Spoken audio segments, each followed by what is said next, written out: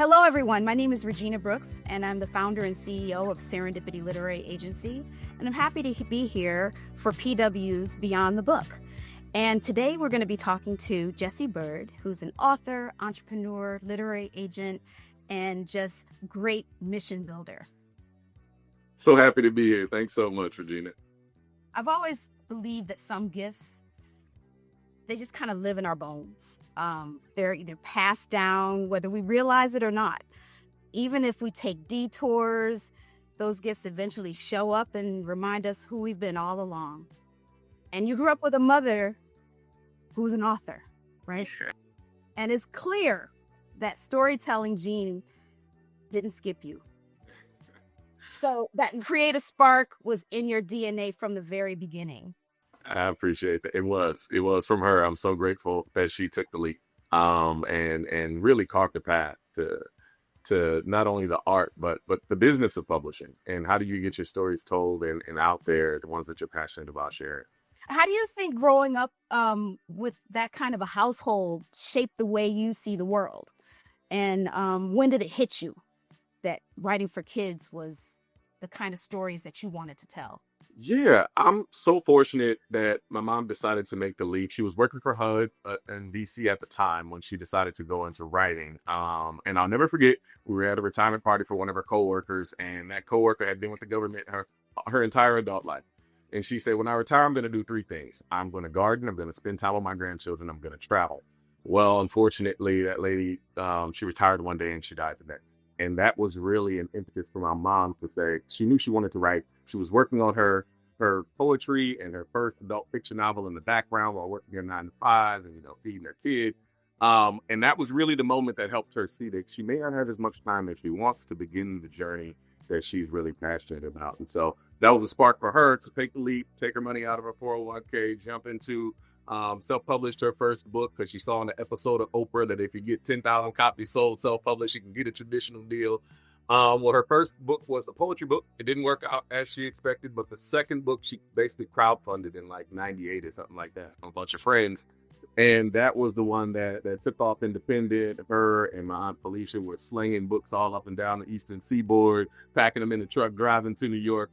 And it showed me a lot of things. She did end up getting a 3-book deal after that, and then that launched her career into the arts. And what I'm so grateful for is that she didn't keep the art or the business from me. Like, I got to see her struggle through writer's block. I got to see her show up to a book event and only one person show up. She was still as sort of gracious and electric as if it were a room of 200 or 300 people who came to see her. She was still as engaging as could be. And those lessons really stuck with me. Mind you, I'm 12 at the time, so I didn't have a clue that I was going to go into publishing. I was into sports and video games and all types of stuff.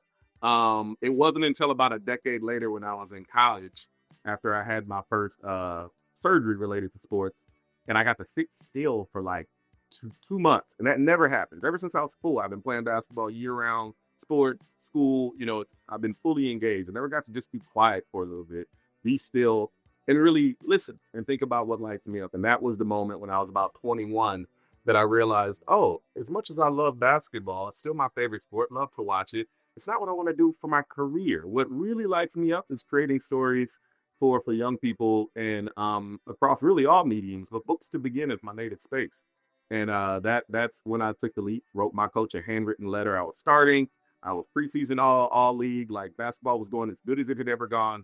And that's when I decided to pivot into storytelling, because I just knew. And it's like, once I knew, I couldn't pretend I didn't know. The only question was I going to follow it or not? It wasn't that I could convincingly lie to myself that this wasn't what made me happy. You were doing basketball in college, but then you had jobs. You didn't just kind of start writing and just take off as a writer first, right? Didn't you have a job kind of and then pivot? Absolutely. So even though I knew I wanted to go into writing, and I was basically like my mom says, you got your 9 to 5 and then you got your 5 to 9, right? So writing was what I did after I got off work. But right out of college, thanks to a referral from a college colleague of mine, I was able to get my foot in the door at Google and then work my way up the ladder. So I was at Google for like maybe my first 2 years out of college. And it was, honestly, this was one of the more scarier things because I was terrified of a warm bed. if you're working a job you can't stand or you're in an uncomfortable position, you are impelled to move. But if you in something that feels kind of cool, like I could kick it here, I got the benefits, like the pay is good, like, I get the Google bus back and forth, double decker air conditioned to and from work. I can sleep all the way to work, and it's harder to leave a warm bed, especially when your responsibilities are mounting and mounting as you get older as an adult. After quitting my job, saying I'm going to be an author, doing this crowdfunding campaign, pouring so much money and time into it, I got $0 out of it. And then I went back to work, asked for my job back. And so even as I've kind of hopscotched back and forth between full-time and part-time arts, I always knew that this was my North Star. And I'm proud to say for the last maybe 4 or 5 years, I have been exclusively in the sort of business of art. Yeah, it's interesting because I think if you're a creative at heart, no matter whether you were going to be doing basketball or tech, there was going to be something that was kind of nudging you and tapping you on the shoulder. And at some point, you just have to say, okay, I hear you. And you dive in. And I guess the question is, at the point that you decided, okay, I am no longer going to do this on the side, but I'm going to just kind of go all in. What was that exact moment? Was it a moment or it was like, okay, I'm in? That's a great question. So it was like staccato. It was a series of fits and starts, right? Like, I think in hindsight, maybe I wished it would have just been one clean transition. But as I mentioned, like over pretty much a decade, I was in and out of corporate to make ends meet, to make things work. But the surety that where I was heading, the surety that I am working towards a career in a time where I can be exclusively in the arts, that was pretty much cemented in college. So I knew that everything else I was doing, as soon as I got a job, I was so grateful because of the pay and like the stability, but I was already looking at the back door. I was counting the days to when I could dip. And it didn't matter how cushy of a job it was. I was just so afraid of looking back on the length of my life and saying that I was too afraid to do the thing that I was put here to do. I think a lot of authors feel that. I think a lot of authors feel like, I want to dive all the way in. But the idea of having a job and being able to take care of yourself is, because unfortunately, oftentimes when you first start in publishing, it's not enough to take care. It's not a full living yet. Yeah, it's very tough. And I think what keeps people committed to writing is having a mission. And I think, one of the things that attracted you to me was your mission. Like not only were you interested in telling stories, but you also had a mission behind it, a lot of intention, and you were deeply committed to making sure that young people had stories that reflected them. There are so many stories out there that deserve a fighting chance to be told. I mean, the world is so vast and experiences are so vast. And there's no one person or group of people who can really speak for everybody's experience. One of the things I'm most proud of, honestly, Regina, in the last 3 or 4 years, whenever I get kind of doubtful about if I'm really having an impact and if I'm really making a difference and if I'm really serving at the level that would make me proud when I look back, is we have a workshop that turns kids ages 7 through 11 into published authors. And we turned 400 kids in the last 3 years. But when I see their faces and we go to these book events and they're at their signing and their debut, it's like, if this is all I've done in my life, I can be proud of that. Like, that's tangible. I can feel that. And so it's all just about elevating voices, no matter how young or old or where they come from. My gosh, that is giving me chills, honestly. It really is. And all of that, the mission, the heart, the intention, it honestly, it really shows up in Dream Warriors too. And because you didn't just talk the talk. There's a lot of people out there who just talk the talk. You really built a whole world around it. When I think about Dream Warriors, you really centered kids who don't always get a chance to see themselves in these stories. And especially in big, adventurous, legacy building narratives like Dream Warriors. I mean, it's extremely impressive. You have mythology, adventure, a little dream science, some superhero energy. And what's impressive is that at the center of all of it is a young Black boy. There's just so few legacy characters of color. Um, and we need the full spectrum of storytelling. We need to talk about, different elements of the Black experience, but also sometimes you just need to be centered as a kid going through something, that so is Black, and while elevating and celebrating the Blackness, there's so much more to the experience of life. But what made you want to create something that's exciting, affirming for kids, and way that they can see themselves? Like what drove you to this particular story and the graphic novel format too? Well, it started with a bit of information. I found out maybe a decade ago that my great grandmother on my dad's side was Indigenous American. And talking more about that and the dream catcher itself, I was like, what if you personify that? What if you play that out in an action sequence, right? If the dream catcher is meant to catch these dreams, what if it was actually like a person or a being or a spirit who's running around catching all of the bad dreams? And it's more of like an action sequence. From that thread, I tugged on, it took me a decade. It took me 10 years to get just from concept to the completion of book one, because every time I kept going in, it kept moving and it kept growing, and I couldn't get my hands around the edges of it.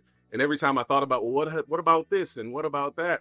And so first, I just to get it out of my mind, I tried it as a self-published picture book in like 2017, and I realized quickly that wasn't nearly enough real estate for the world building, for the character development, for the art. It's centered a different dream warrior who has a cameo in this book, but isn't who we focus on now.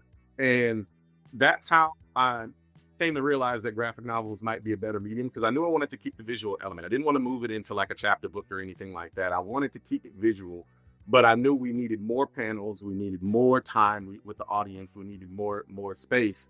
And I got to tell you, and I knew nothing about making a graphic novel. Like, I came from a picture book background. That's like where I've been making most of my art. And so what I wanted to do was surround myself with people who had more expertise in that field than I did. So I have you pause for a second on that 10-year process, because, working with authors, if you tell them that a project might take you 10 years to,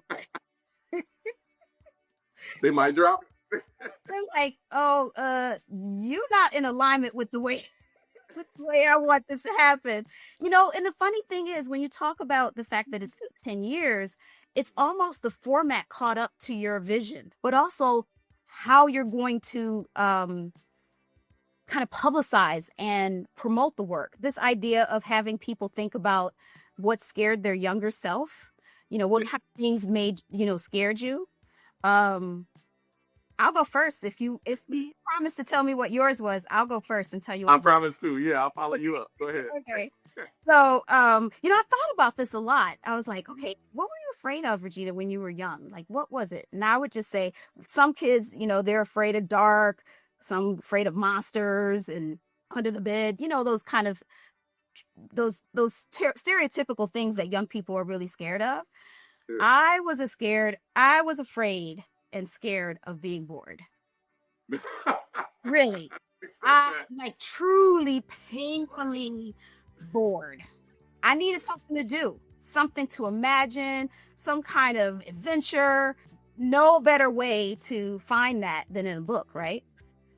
Right. And so honestly, I think that's one of the reasons why I fell so hard for books. It was because I was always looking for ways to keep myself entertained. Yeah. And not bored. You go. What was yours? I feel like I've had some time to think about this, but the answer was always immediate. The first thing I remember being truly afraid of was when the movie Chucky came out when I was a kid.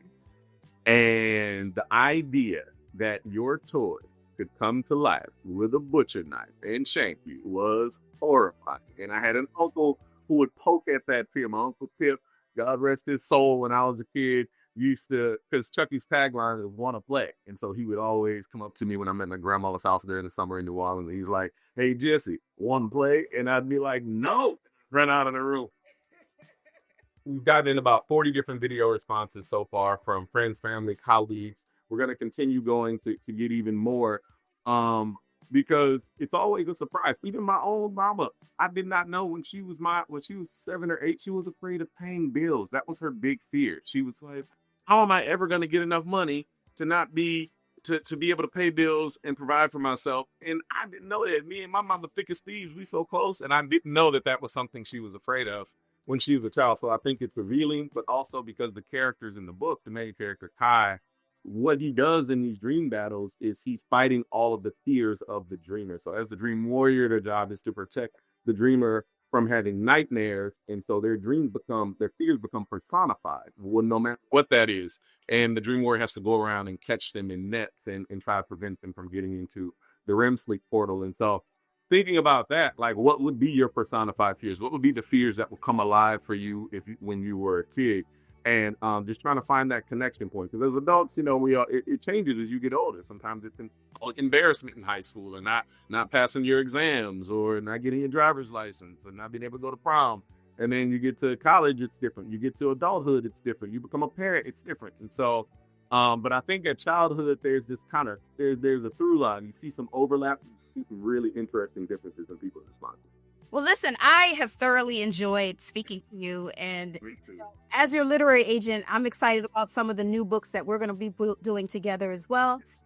Yes. Coming soon. Right? Yes. But Yeah. thank you for spending this time with me and having an opportunity to just share with the world what your vision is and what your some of your projects. And I know that the future is going to be very bright. Thank you so much, Regina, for this. You are a true inspiration.